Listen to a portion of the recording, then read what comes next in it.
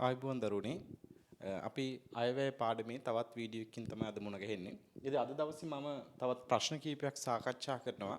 විභාග මට්ටමේදී වගේ එන්න පුළුවන් ප්‍රශ්න කීපයක්.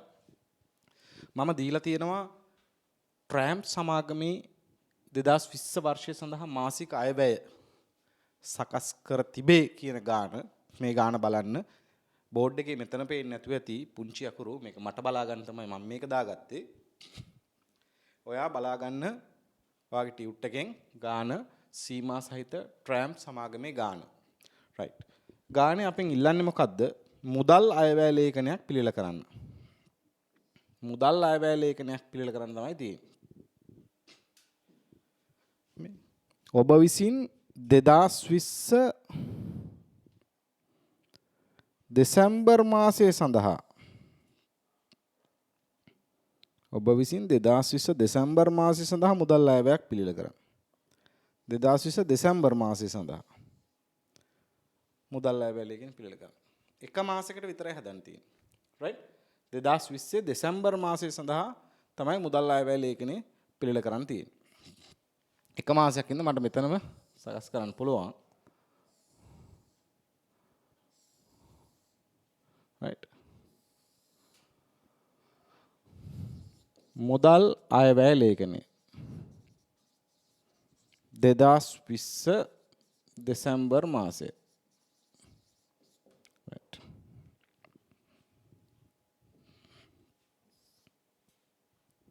2020 දෙසැම්බර් මාසය. right. දෙසැම්බර් කියලා දාන්න. ඉස්සෙල්ලාම අපි කරගන්න ඕනේ මුදල් අයවැය ලේඛනයේ මෙහෙම රූල් 15ක් 16ක් විතර පල්ලෙහාට ගහන්න පුතා. ලැබීම් කියලා ලියන්න. ඊට පස්සේ රූල් 5ක් විතර තියන්න. ඊට පස්සේ ගෙවීම් කියලා ලියන්න. right? ලැබීම් කියලා ලියන්න. රූල් 5ක් විතර පහළට තියන්න. ඊට පස්සේ ගෙවීම් කියලා ලියන්න. right? ගාන හොඳට කියවන්න. right? හැමෝම දැන් වීඩියෝ එක පොඩ්ඩක් පෝස් කරලා පොඩ්ඩක් නවත්තලා ගාන හොඳට දෙපාරක් කියවන්න. හොඳට මතක තියාගන්න අයවැය ලේඛන ප්‍රශ්නවලදී අපි ඊටාම හොඳට ගාන කියවලා ඔලුවට ගන්නම ඕනේ. right? මොකද අපිට සමහර වචන මග ඇරුණොත් ඒක අපේ අතින් වැරද්දක් වෙන්න ඉඩ තියෙනවා. ඒ නිසා හොඳට මතක තියාගන්න පුතා අනිවාර්යයෙන්ම අයවැය ලේඛන පිළිල කිරීමට අදාළ අභ්‍යාසවලදී අයවැය ලේඛන පිළිල කිරීමට අදාළ විභාග ප්‍රශ්නවලදී හොඳට ගාන දෙපාරක් විතර කියවන්න. පළවෙනි පාර කියවුවට තේරුණත් කමන්නේ දෙවෙනි පාරත් ගාන කියවන්න. right? හොඳට ගාන කියවන්න. ගාන කියවද්දී ඔබට පේනවා ඔක්තෝබර් නොවැම්බර් දෙසැම්බර් කියලා මාස තුනට අදාළ විකුණුම් ආරම්භක තොග ගැනුම් අවසාන තොග විකුණුම් පිරිවැය දලලාභයේ බෙදාහැරීමේ වියදම් පරිපාලන වියදම් මූල්‍ය වියදම් බදු පෙරලාභයේ ආදායම් බදු ශුද්ධ ලාභය ලාභාලාභ ප්‍රකාශනයක් දීලා තියෙනවා මාසික පදනවල අතිරේක තොරතුරු කිහිපයක් දීලා තියෙනවා අතිරේක තොරතුරු ටිකත් ඔයා කියවුවා ගානේ right ඒ ටිකත් කියවලා අතිරේක තොරතුරු අතර යම්කිසි සම්බන්ධතාවක් තියෙනවද කියන එකත් තේරුම් අරගෙන නේ මොකද අතිරේක තොරතුරු කිව්වහම සමහරට පළවෙනි එක දෙවෙනි එකට සම්බන්ධයක් තියෙනවා. එහෙම වුණොත් අපි පළවෙනි එක කරලා ඉවර වෙලා දෙවෙනි එක කරන්න බලනකොට පළවෙනි එකට දාලා තොරතුරුත් දෙවෙනි එකේ තියෙනවා. නේ? ඒ නිසා අතිරේක තොරතුරුත් හොඳට කියවන්න. ඉතා ඉක්මනින් හැබැයි කල්පනාවෙන් කියවන්න. කියවලා ඒ ටික ඔලුවට දාගත්තට පස්සේ පුතා දැන් වැඩේ ලේසි. right? ඒ ටික කියවලා ඔලුවට දාගත්තට පස්සේ දැන් වැඩේ ලේසි. අපි එහෙනම් බලමුකෝ මේ ගාන. නේ? අපි බලමු මේ ගාන. මේ ගාන පුතා කියනවා මෙහෙම. මම වැඩේ පටන් ගන්න අතිරේක තොරතුරු වලින්. අමතර තොරතුරු වලින්. එතනින් තමයි වැඩේ පටන් ගන්න. පළවෙනි එක. විකුණුම් ලැබීම්. විකුණුම් වලින් 60%ක් විකුණුම් සිදු කළ මාසය තුලදී මුදලින් ලැබෙන අතර 30%ක් ඊළඟ මාසයේද 8%ක් ඊටත් පසු මාසයේද ලැබෙනු ඇත. 2%ක් බොල් ණය වන අතර එය ඉහත වියදම් තුල ගලපා නැත. බොල් ණය ගලපලා නැහැ කියනවා. right? එය ඉහත වියදම් තුල ගලපා නැත. ඒ කියන්නේ විකුණුම් හා බෙදාහැරීම් වියදම් ඇතුලේ බොල් ණය නැහැ. නේ? right. විකුණුම් වලින් 60ක් විකුණුම් සිදු කළ මාසය තුල මුදලින් ලැබෙන අතර රයිට් 60ක් ඊළඟ මාසයේදී 8ක් ඊට පස්සේ මාසෙදී රයිට් එහෙනම් අපි ණයගැති ලැබීම් කියලා පෙර වැඩක් දාගන්න W1 ඒක දඩ වැඩක් නේ එතන කතාව ගොඩක් තියෙනවා පෙර වැඩ අංක 1 W1 ණයගැති ලැබීම් අපිට දැන් දෙසැම්බර් මාසේ ලැබෙන ගාන තමයි හොයන්න ඕන පුතා අපි දෙසැම්බර් මාසේ මුදල් අයවැයේකින් හදන්නේ රයිට් කොහොමද වෙන්නේ දෙසැම්බර් වල මෙතන අපිට කියනවනේ විකුණුම් වලින් 60ක් විකුණුම් සිදු කළ මාසෙම ලැබෙනවා කියලා විකුණුම් වලින් 60ක් විකුණුම් සිදු කළ මාසය තුල මුදලින් ලැබෙන අතර එහෙනම් දෙසැම්බර් මාසයේ වගේ 60ක් දෙසැම්බර් මාසෙම ලැබෙනවා නේ දෙසැම්බර් වල 8ක්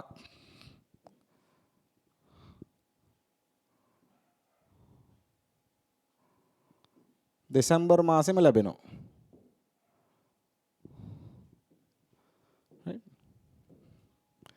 දෙසැම්බර් මාසයේ වගේ 60ක් දෙසැම්බර් වල ලැබෙනවා එහෙනම් ඔන්න මෙතන මම ලිව්වා දෙසැම්බර් වල කොච්චරක් විකුණලා තියෙනවද පුතා මේ දෙසැම්බර් වල විකුණුම් ලක්ෂ 9යි දෙසැම්බර් වල විකුණුම් ලක්ෂ 9යි તો ලක්ෂ 9න් 60ක් දෙසැම්බර් වලම ලැබෙනවා කීයද කියලා බලන්න ගණිත කැල්කියුලේටර් පාවිච්චි කරලා වැඩි කරලා බලන්න 540000යි නම රකයි 54යි 540000 දෙසැම්බර් විකුණුවා ඊට පස්සේ කියනවා 130ක් ඊළඟ මාසයේදී ලැබෙනවලු 130ක් ඊළඟ මාසයේදී ඒ කියන්නේ පුතා දැන් ජනවාරි වික්කෝ පෙබරවාරි වික්කෝ මාර්තු එහෙනම් දෙසැම්බර් වල ලැබෙනවා නොවැම්බර් වලින් 130ක් නේ නොවැම්බර් වලින් 130ක් ලැබෙනවා දෙසැම්බර් වල ඇයි මේක කියන්නේ කොහොමද 130ක් ඊළඟ මාසයේදී දැන් අපිට ඕන දෙසැම්බර් වල ලැබෙන ගාන හොයන්න ඕනේ. එහෙනම් දෙසැම්බර් වල ලැබෙන නොවැම්බර් ඒ වගේ 130ක් නේ. 130ක් ඊළඟ මාසේ ලැබෙනවා. ඒ කියන්නේ පුතා නොවැම්බර් වල විකුණුම් තියෙනවනේ. නොවැම්බර් විකුණුම් වලින් 130ක් ලැබෙන්නේ දෙසැම්බර් වල. ඕකනේ පුතා. නොවැම්බර් වල විකුණුම් කීයද? ලක්ෂ 8යි. ඒ ලක්ෂ 8න් 130ක් පුතා ලැබෙන්නේ කවදද? දෙසැම්බර් වල. 8 3 24යි. 2,40,000. ඊට පස්සේ 108ක් ඊටත් පසු මාසයේදී ඒ කියන්නේ පුතා දෙසැම්බර් වල ලැබෙන නොවැම්බර් වල 130කුයි ඔක්තෝබර් වල 108ක් නේ ඔක්තෝබර් වල 108ක් ඔක්තෝබර් වල අය පාරක් හදලා බලමු මේ හරිනේ ඔක්තෝබර් වල විකුණපු වගෙන් ඔක්තෝබර් වල විකුණපු වගෙන් 160ක් ඔක්තෝබර් වල ලැබුණා 130ක් නොවැම්බර් වල ලැබුණා දෙසැම්බර් වල ලැබෙනවා කීයක්ද 108ක් එහෙනම් ඔක්තෝබර් වල විකුණුම් වලින් 108ක් ඔක්තෝබර් විකුණුම් කීයද ලක්ෂ 7යි ඒකෙන් 108ක්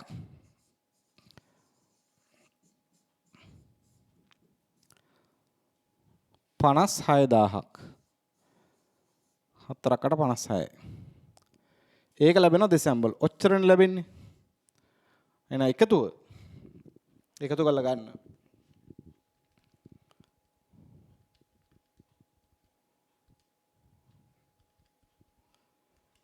8,36,000යි 8,36,000යි දෙසැම්බර් මාසේ ලැබෙන ඔක්කොම ණයගැති ලැබීම් කීයද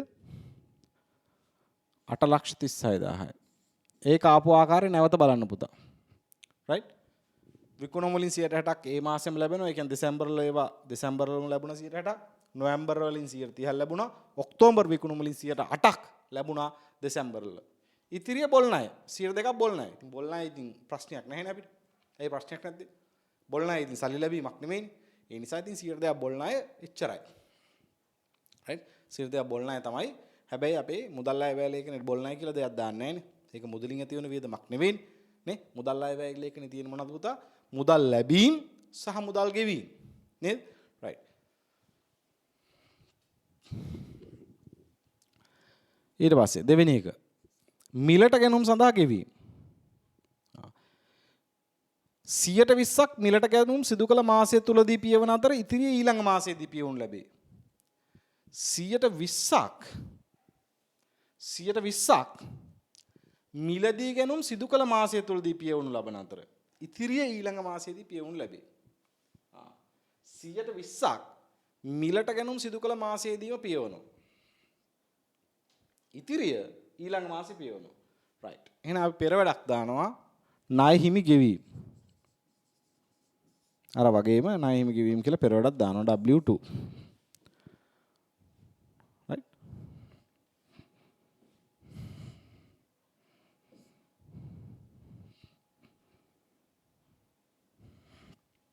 W2 ණය හිමි ගෙවීම.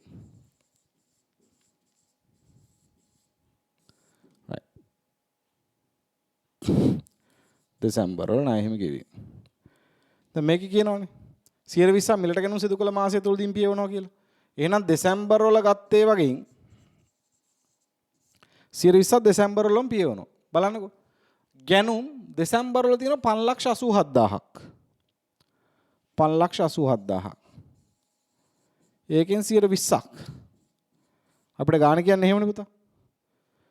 මිලදී ගැනුම් වලින් 120ක් සිදු කළ මාසයේදීම පියවනවා කියලා. එහෙනම් දෙසැම්බර් වල මිලදී ගැනුම් තියෙන්නේ 5,87,000යි. ඒකෙන් 120ක් දෙසැම්බර් වල. 1,17,400ක් ගෙවනවා මේ මාසෙම.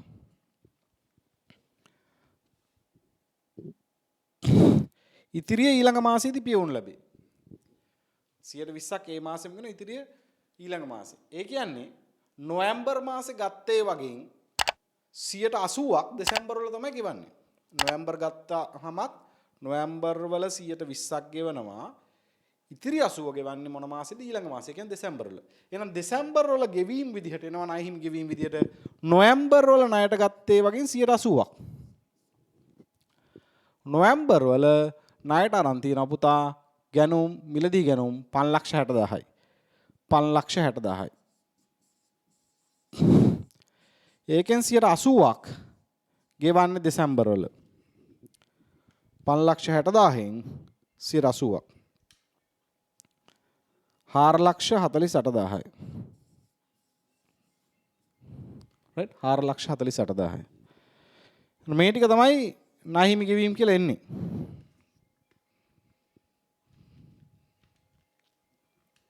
$5,65,400. 5,65,400. 5,65,400. right. බෙදා හැරීම් වියදම් සඳහා ගෙවීම 15%ක් එම මාසය තුලදීම ගෙවිය යුතු අතර ඉතිරි ඊළඟ මාසයේදී ගෙවිය යුතුය. බෙදා හැරීමේ වියදම් 15%ක් ඒ මාසෙදී ගෙවනවා. ඉතිරිය ඊළඟ මාසෙදී ගෙවිය යුතුය. එහෙනම් ඒකටත් දාන්න පුතා පෙර වැඩක්. බෙදා හැරීමේ වියදම් පෙර වැඩ අංක 3. right බෙදා හැරීමේ වියදම්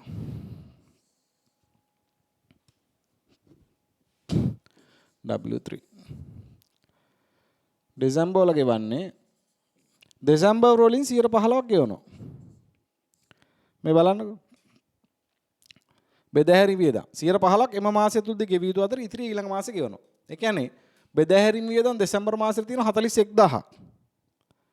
ඒකෙන් 15%ක් ඒ මාසෙම ගෙවනවා. ඒ කියන්නේ දෙසැම්බර් වලට ගෙවන්න අහු වෙනවා 15%ක්. ඒතර 41000න් 15%ක්. ඒ කියන්නේ පුතා 6150යි. ඉතිරිය ගෙවන්නේ ඊට පස්සේ මාසෙ කියනවනේ. නේ? ඉතිරිය ඊළඟ මාසෙදී පියවනවා. ඒ කියන්නේ පුතා නොවැම්බර් මාසේ ගත්තේ වට.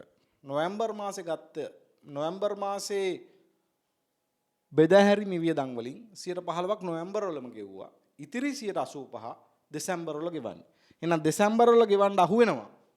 බෙදා හැරීමේ වියදම් වලින් 85%ක්.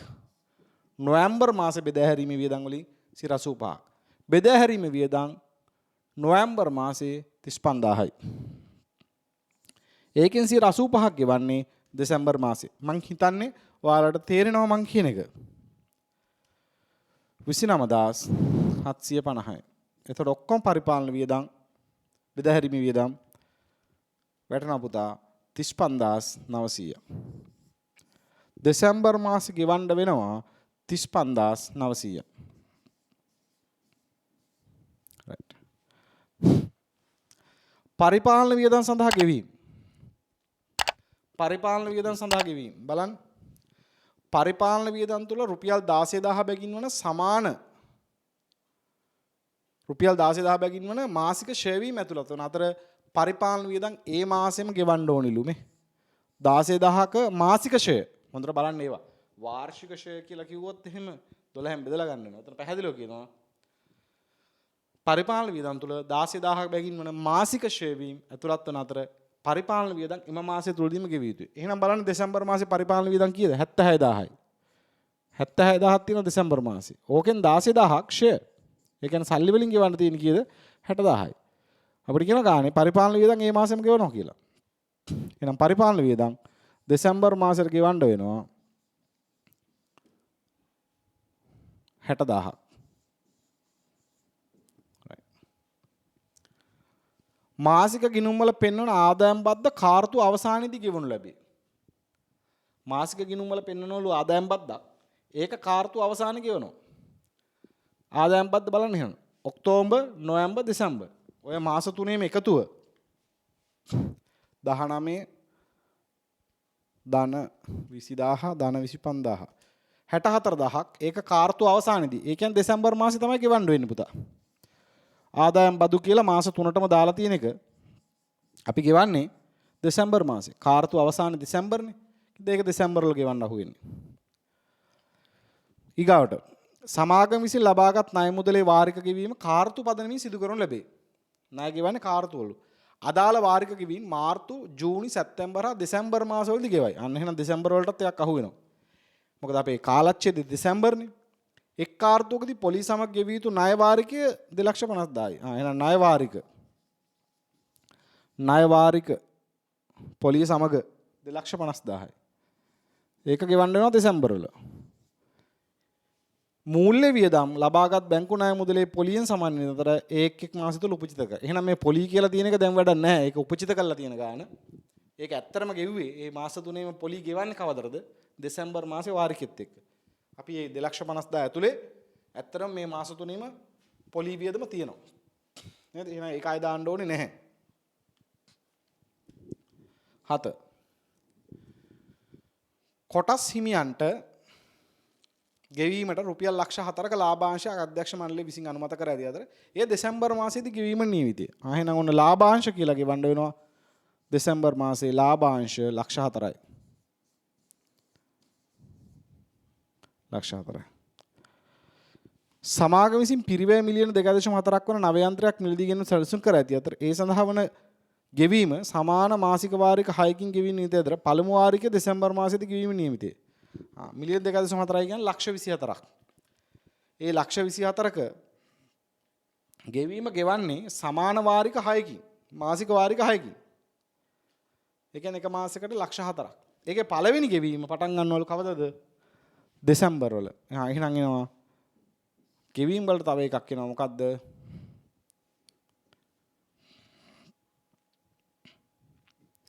යන්ත්‍ර ණය වාරික කියලා ලක්ෂ 4ක් එතනත් ගෙවන්න වෙනවා මාසෙකට. නොවැම්බර් 30 දිනට ඇස්තමේන්තුගත මුදල් ශේෂය 14,74,000යි. රයිට්. අපි දැන් මෙච්චරයි ලැබීම් තියෙන්නේ. මුළු ලැබීම් මෙච්චරයි ලැබීම් තිබේ 8,36,000යි. මේ ටික තමයි මුළු ගෙවීම්. මුළු ගෙවීම්.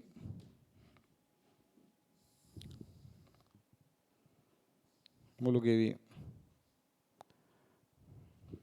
එකතු කරන්න මුළු ගෙවීම්.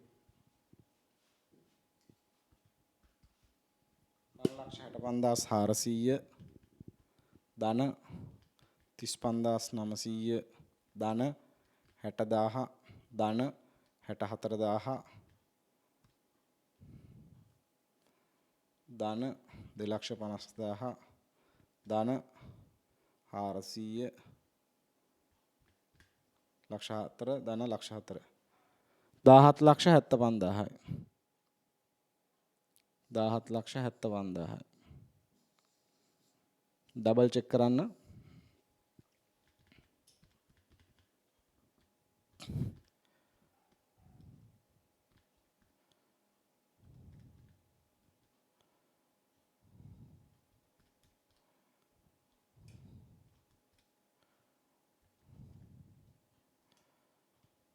17 ලක්ෂ 75300යි 17 ලක්ෂ 75300යි right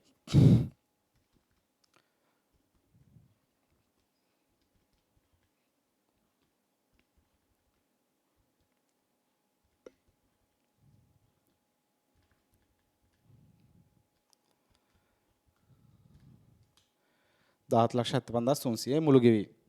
ඊට පස්සේ අපිට ගන්න පුළුවන් ශුද්ධ ලැබීම් හෝ ගෙවීම්. ශුද්ධ ලැබීම් හෝ ගෙවීම්. මෙන්න ශුද්ධ ලැබීම්, මෙන්න ලැබීම්, මෙන්න ගෙවීම්. તો ලැබීම් වලින් ගෙවීම් අඩු කරනවා. එතකොට නෝ ශුද්ධ ලැබීම් හෝ ගෙවීම්. ශුද්ධ ගෙවීමක් තියෙන පුතා 9 ලක්ෂ 39300යි. 9 ලක්ෂ 39300ක ශුද්ධ ගෙවීමක් තමයි තියෙන්නේ. ඉතින් මේකට පුතා එකතු කරන්න ආරම්භක ශේෂය. මේකට එකතු කරන්න ආරම්භක ශේෂය. මේ ගානේ තිබ්බා ආරම්භක ශේෂය හෙවත් නොවැම්බර් 30 දිනට. එතකොට දෙසැම්බර් 1 වෙනිදාට තියෙන්නේ 14 ලක්ෂ 74000යි. 14 ලක්ෂ 74000යි. එතකොට වාට එනවා අවසාන ශේෂය. අවසාන මුදල් ශේෂය.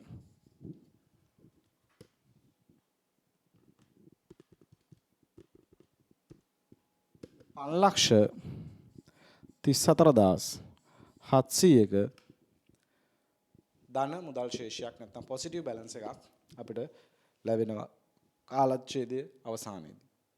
මේ තමයි අපි පිළිල කරපු මුදල් අයවැය ලේඛනයේ ඒ දෙසැම්බර් මාසයේ සඳහා පිළිල කරපු මුදල් අයවැය ලේඛනය.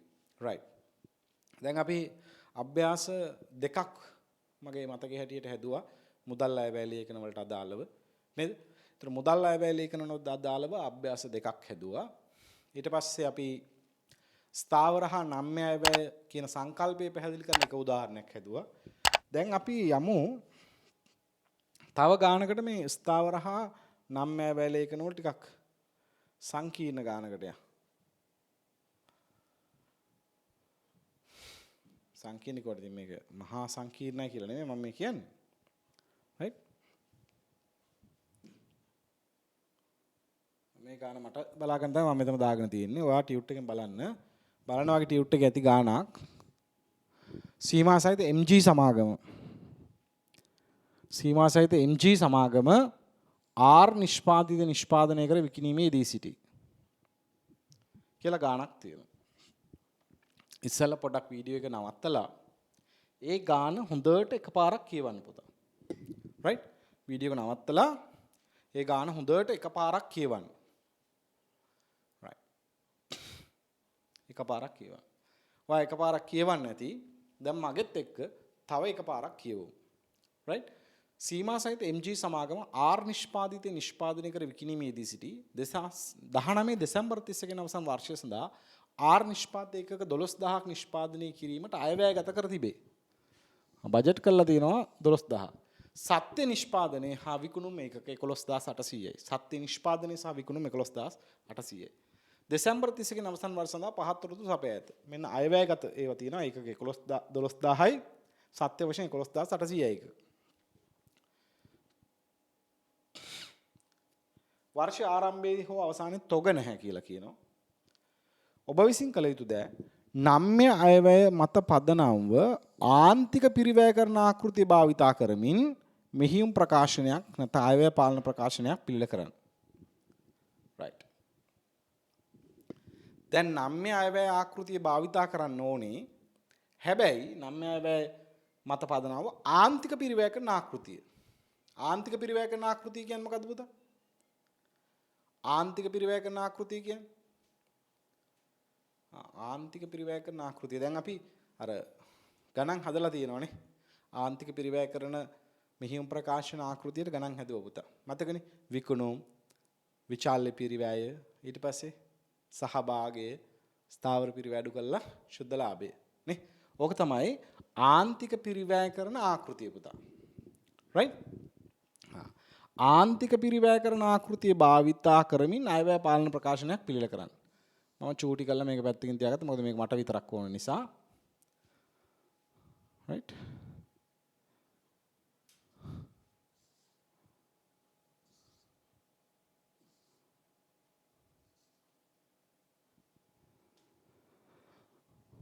right.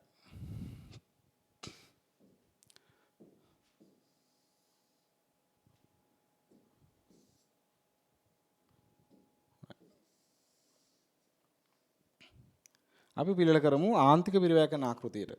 ඔන්න ඔබ ඉගෙන ගන්නවා මොකද්ද? ආන්තික පිරිවැය කරන ආකෘතියට අයවැය පාලන ප්‍රකාශනයක්. අපි අර ඉස්සෙල්ලා හැදුවේ නේ ස්ථාවර අයවැය නම් අයවැය ලේඛනයේ භාවිතයෙන් වෙන වෙනම මෙහියුම් ප්‍රකාශන නැත්නම් අයවැය පාලන ප්‍රකාශන පිළිල කරන එක ඉගෙන ගත්තා.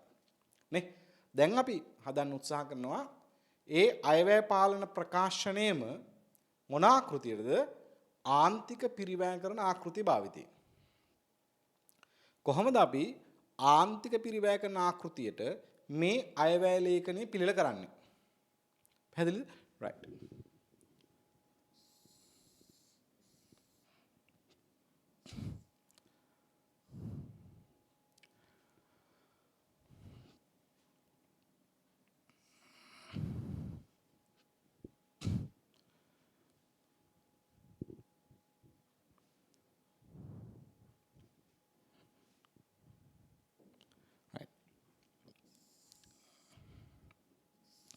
රූල් 12ක් විතර පල්ලෙහාට ගහ ගන්න පුතා. කොලම්ස් 3ක්.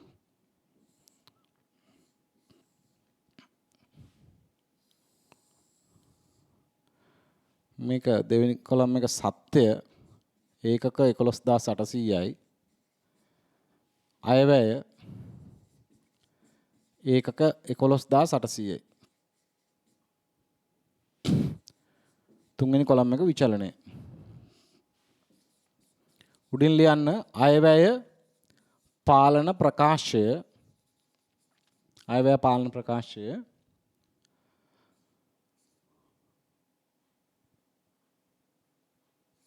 නම්‍ය අයවැය භාවිතයෙන් ආන්තික පිරිවැය කරන ආකෘතියට. ඉස්සෙල්ලම දාන පුතා විකුණුම්. මේ ගානේ විකුණුමුත් දීලා තියෙනවනේ. මේ බලන්න. හරි ලේසි. චර අමාරු නෑ.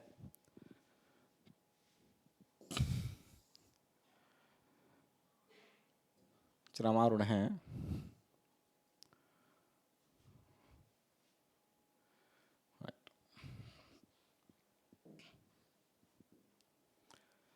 හරි. අයවැයගත නිෂ්පාදන ඒකක 12000යි. සත්‍ය නිෂ්පාදන පුතා 11800යි. සත්‍ය වශයෙන් අපි නිෂ්පාදනය කරලා තියෙන ඒකක 11800ක්. ඒතර අපේ බජට් එක තියෙන්නේ 12000ට. මේ බජට් එක අපි ෆ්ලෙක්ස් කරනවා 11800කට. right? අපි ඉස්සෙල්ලම අපි දැන් යන්න ඕනේ ආන්තික පිරිවැය කරන ආකෘතියට. ඒ කියන්නේ සහභාගී එහෙම පෙන්වලා යන්නේ. හරි. ගාන එකක් හදමු. එතකොට පුළුවන් ඊළඟ ගාන උනත් හදන්න. විකුණුම්. විකුණුම් 3960000යි. විකුණුම්. විකුණුම් පුතා 3960000ක්. ඒ තියෙන්නේ කීයකටද? ඒකක 12000කට. හැබැයි සත්‍ය වශයෙන් නිෂ්පාදනය කරේ කීයද? 11800යි. සත්‍ය වශයෙන් නිෂ්පාදනය කොට අලෙවි කළේ 11800යි. එහෙනම් අපේ බජට් එකේ තිබුණේ පුතා බජට් එකේ තිබ්බේ 3960000ක් ඒකක 12000ට. 3960000 බෙදන්න පුතා 12000යි. වැඩි කරන්න 11800යි. එතකොට ඔබට ලැබෙනවා 3894000ක්. right? විකුණුම්.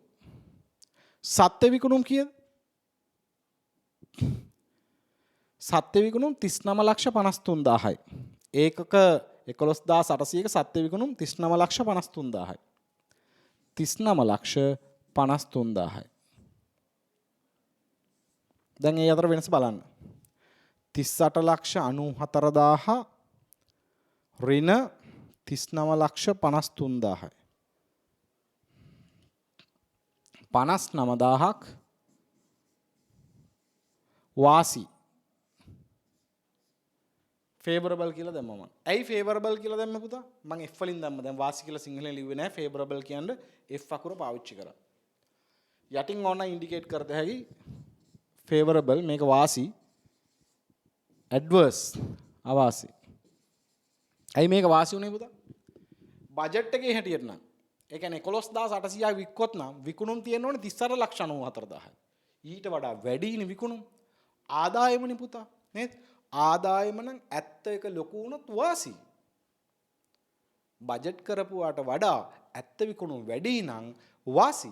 ඒ නිසා විචලනේ වාසි 59,000. ආන්තික පිරිවැය කරන ආකෘතිය තමයි ආයවැය පාලන ප්‍රකාශනය හදන්න කියන්නේ.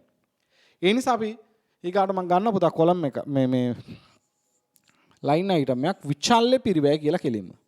විචල්්‍ය පිරිවැය. විචල්්‍ය පිරිවැය. ආරම්භක හෝ අවසානතක කිසිවක් නැහැ කියලා කියන්නේ මේ ඔක්කොම ටික කාලච්ඡේදයේ පිරිවැය බවට පත් වෙලා. ඍජු ද්‍රව්‍ය, ඍජු ශ්‍රමය, විචල්්‍ය නිෂ්පාදන පොදුකාර, විචල්්‍ය විකුණුම් වියදම්. හරි. විචල්්‍ය වියදම් හතරක් තියෙනවා. මේ හතර විචල්්‍ය. අනිත් දෙක ස්ථාවර. එහෙනම් විචල්්‍ය වියදම්. ඍජු ද්‍රව්‍ය, ඍජු ශ්‍රමය, ඍජු ද්‍රව්‍ය, ඍජු ශ්‍රමය, විචල්්‍ය නිෂ්පාදන පොදුකාර්ය, විචල්්‍ය විකුණුම් පොදුකාර්ය. මොකද ආරම්භක අවසානතක නැති හින්දා තොග ඇගීමක් නැහැ. නේ? හරි. දැන් අපි බලමු විචල්්‍ය පිරිවැය ටික. ওই ටික එකතුව මුළු විචල්්‍ය පිරිවැය. ඍජු ද්‍රව්‍ය 7,80,000යි. 7,80,000යි. ඒ කීයකට 12,000කට. බජට් එකේ තිබ්බේ 12,000කට. එහෙනම් සත්‍ය වශයෙන් හැදුවේ 11,800යි නා. ඍජු ද්‍රව්‍ය වෙන්න ඕනේ කීයද? මේ බලන්න. ඍජු ද්‍රව්‍ය 7,80,000යි බජට් එකේ. 7,80,000 තියෙන්නේ ඒකක 12,000කට. එහෙනම් 11,800 නම් පුතා තියෙන්න ඕනේ 7,67,000යි. 7,67,000යි. වියදමක් හින්දා අපි අඩු කිරීමක් විදිහට පෙන්වමු මෙතන. ඒතර අපිට ලාභය එහෙම ගණනය කරන්න ලේසියිනේ. හැබැයි ඇත්තටම තියෙන්නේ කීයද? ඇත්තටම කීයද තියෙන පුතා ඒත්? ඇත්තටම ඍජු ද්‍රව්‍ය 7,55,200යි. සත්‍ය 7,55,200යි. 7,55,200යි. 767ක් තමයි අපි බජට් කරේ. ඇත්තටම ඇතිවලා තියෙන්නේ 7,55,200යි. ඒක පුතා වාසි 11,800ක්. ඒකත් වාසි පුතා. ෆේවරබල්. ඍජු ශ්‍රමය ඊගාවට බලමු ඍජු ශ්‍රමය කොහොමද කියලා. ඍජු ශ්‍රමය 19,20,000යි බජට් එක. හැබැයි 19,20,000 තියෙන්නේ පුතා 12,000කට. එහෙනම් 11,800කට නම්‍යාය වැය ලේඛනයට එන්න ඕනේ කීයක්ද? 19,20,000 බෙදීම 12,000 වැඩි කිරීම 11,800. 18,88,000යි. ඇත්ත වියදම කීයද? ඇත්ත වියදම කීයද? ඍජු ශ්‍රමය 18,99,800යි. 18,99,800යි. 18,99,800යි. 18,99,800යි. වැඩියෙන් ගිහිල්ලා තියෙන 11,800. ඒක හරියටම 11,800ක් වැඩි හුර ගිහිල්ලා ඇඩ්වර්ස්. නේ 11,800ක් අහිත කරයි. ඒ විචලනය අහිත කරයි 11,800ක්. නේ රයිට්. ඊට පස්සේ විචල්්‍ය නිෂ්පාදන පොදුකාර්ය. ඒක බලන්න පුතා. විචල්්‍ය නිෂ්පාදන පොදුකාර්ය 7,95,000ක් තමයි බජට් එකේ තියෙන්නේ. 7,95,000ක් තමයි බජට් එකේ තියෙන්නේ. ඒ පුතා 12,000 කරනේ. එහෙනම් 11,800කට කීයද? 11,800කට කීයද? 7,95,000 බෙදන්න 12,000න් වැඩි කරන්න 11,800. එහෙනම් නම්‍යාය වැය ලේඛනයට එන්න ඕනේ 7,81,750.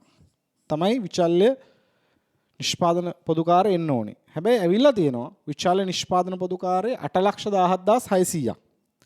8,17,600.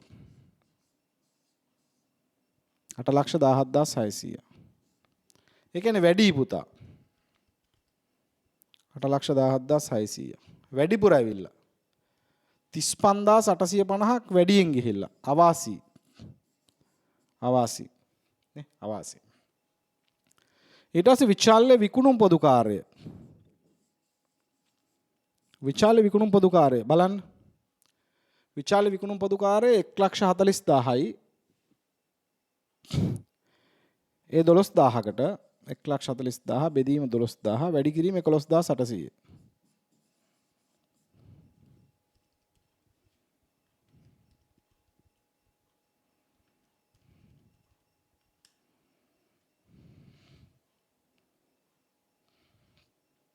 විචල්්‍ය විකුණුම් වියදම් 1,40,000. එතකොට එනවා ආසන්න රුපියලට දාමු පුතා 1,37,667යි. 1,37,667. 1,40,000 බෙදීම 12,000 වැඩි කිරීම 11,800. 1,37,667යි. සත්‍ය වශයෙන් ඇති වෙලා තියෙනවා 1,24,200යි. 1,24,200යි.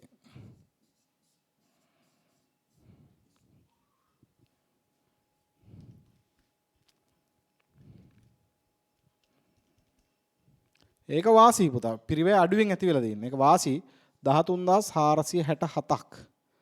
favorable. ඒක favorable.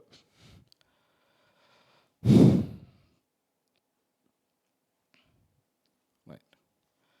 ඊට පස්සේ එච්චරයි විචල්්‍ය වියදම් තියෙන්නේ. ඒ නිසා අපි මෙතනින් ඉරක් ගහලා සහභාගය කියලා ගන්නවා අපි. සහභාගය. සහභාගී කියලා ගන්නවා. සහභාගී ගන්න 38,94,000යි විකුණුම් ආදායම. ඒකෙන් අඩු කරන්න 7,67,000 ඍණ 18,88,000 ඍණ 7,81,750 ඍණ 1,37,667යි. සත්‍ය වශයෙන් සහභාගය 9 වේලේකනේ සහභාගී 3,19,583යි. සත්‍ය වශයෙන් 39,53,000යි සත්‍ය විකුණුම්. අඩු කරන්න සත්‍ය විචල්්‍ය පිරිවෙ 7,55,200 ඍණ 18,99,800 ඍණ 8,17,600 ඍණ 1,24,200. එතකොට එනවා 3,56,200. 3,19,583යි. 36,617ක් සහභාගයේ වාසිදායකයි විචලනය. ඕනනම් බලන්න මේ. මෙතන favorable තියෙනවා සහභාගය දක්වා එනකොට favorable තිබ්බ 59,000යි. මෙතන 11,800ක් favorable. 11,800ක් adverse. 35,850ක් adverse. favorable තිබ්බ 13,467යි. ලස්සනට එනවා 36,617ක් favorable. හරි.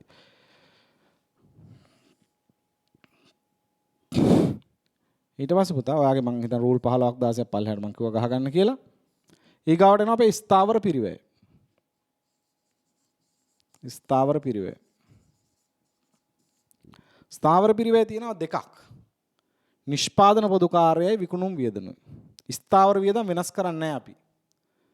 නිෂ්පාදන පොදු කාර්යය විකුණුම් පොදු කාර්යය. මං කව ස්ථාවර වියදම් ස්ථාවර ආය වැය ලේඛනයේ තියෙන ගාණම තමයි නම් ආය වැය ලේඛනයටත් එන්නේ. නිෂ්පාදන ධාරිතාවත් එක්ක ස්ථාවර පිරිවැය වෙනස් වෙන්නේ නැති නිසා නම් ආය වැය ලේඛනයක් හදද්දී නිෂ්පාදන ධාරිතාවට නැවත ස්ථාවර පිරිවැය ගැලපීමක් කරන්නේ නැහැ. ඒ ගාණම තමයි තියෙන්න ඕනේ. ඒ නිසා ඒක 1,14,000යි ලක්ෂයයි කියන එක ඒ විදිහටම එනවා.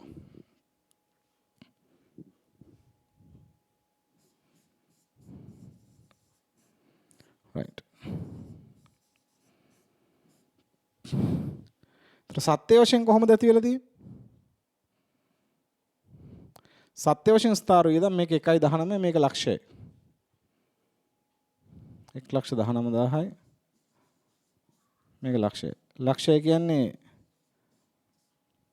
විචලනයක් නැහැ. මෙතන 5000ක් වැඩිපුර ඇති වෙලා අවාසි. 5000ක් ඇඩ්වර්ස්. 5000ක් ඇඩ්වර්ස්. දැන් ඔන්න සුද්ධ ලාභය. දැන් අපි ගණනය කරන සුද්ධ ලාභය. සුද්ධ ලාභය ගණනය කරන්න. 3,19,583යි. ඍණ 1,14,000 ඍණ ලක්ෂය. මෙතන එනවා 1,05,583යි. right? ඊට පස්සේ මෙතන එනවා පුතා 3,56,200 ඍණ 1,19,000 ඍණ ලක්ෂය. 1,37,200. 1,37,200. right? ඒතර ලාභයේ මත විචලනය 1,05,583යි. අයවැයගත ලාභයේ ඇත්ත ලාභයේ 1,37,200. ලාභයේ මත විචලනයේ වාසිදායක වෙන්න ඕනේ 31,617ක් favorable. ඒක මෙතනනු පේනවා මේ. සහභාගී දක්වා 36,617යි 5000ක් අඩු කරොත් 31,617යි. නේද? අන්න අපි ආන්තික පිරිවැය කරන ක්‍රමයට මෙහියුම් ප්‍රකාශනයක් පිළිල කරා නැත්නම් අයවැය පාලන ප්‍රකාශනයක් පිළිල කරා. නම්ම්‍ය අයවැය ලේඛනයේ භාවිතය. නේද? මේ තමයි නම්ම්‍ය අයවැය ලේඛනය. මේ තමයි සත්‍ය ප්‍රතිඵලය. අපි ඒක හැදුවේ මොන විදිහටද? ඒ ඔපරේටිං ස්ටේට්මන්ට් එක අපි හැදුවේ ආන්තික පිරිවැය කරන ආකෘතියට. ඉතින් මේක තමයි හොඳම එක. මේක තමයි නියම ක්‍රමේ අයවැය පාලන ප්‍රකාශන පිළිල කරන. මොකද ආන්තික පිරිවැය කරන ආකෘතිය අපිට ඉතාම හොඳ දේවල් පේනවා. අපේ අයවැයගත සහභාගය, මිත්‍රාතම බජට් කරපු සහභාගය, නම්ම්‍ය අයවැය ලේඛනය අනුව මේක තමයි ඇත්ත සහභාගය, එතනට වෙච්ච ඉම්පැක්ට් එක නේද? ලාභයට වෙච්ච බලපෑම නේ. අපේ අයවැයගත ලාභය මේක කිව්වේ බජට් එක 11,800 වුණා නම් අපේ අයවැයගත ලාභය මේක මෙන්න ඇත්ත ලාභය මෙන්න විචලනය නේද? ඉතින් ඊටාම හොඳ සැසඳීමක් කරන්න පුළුවන් නම්ම්‍ය අයවැය ලේඛනයක් භාවිතයෙන් අයවැය පාලන ප්‍රකාශනයක් පිළිල කරාම ඒකත් අපි හැදුවේ කොයි ආකෘතියේද? ආන්තික පිරිවැය කරන ආකෘතියට. right. එහෙමනම් අපි අයවැය පාලන ප්‍රකාශනත් දැන් දෙකක් මේ වෙනකොට සාකච්ඡා කරලා තියෙනවා. නිසා මම හිතනවා ඔබට හොඳ අවබෝධයක් දැනට ඇති කියලා අයවැය පාලන ප්‍රකාශන පිළිල කිරීම සම්බන්ධයෙන්. එහෙනම් අපි දැන් ප්‍රශ්න කිහිපයක්ම සාකච්ඡා කරලා තියෙනවා. ඉතින් තවත් අභ්‍යාස කිහිපයක් අපි සාකච්ඡා කරමු. ඉතින් මේ වීඩියෝස් ටික හොඳට බලන්න අයවැය ලේඛන වලට අදාළව මම හිතනවා අයවැය පාඩම බොහොම ලේසි පාඩමක් වෙයි. තවත් අපි අභ්‍යාස කිහිපයක් සාකච්ඡා කරාම. ඉතින් ඊළඟ වීඩියෝ එකකින් අපි මුණ ගැහෙමු. ඔබ සියලු දෙනාටම ආයුබෝවන්.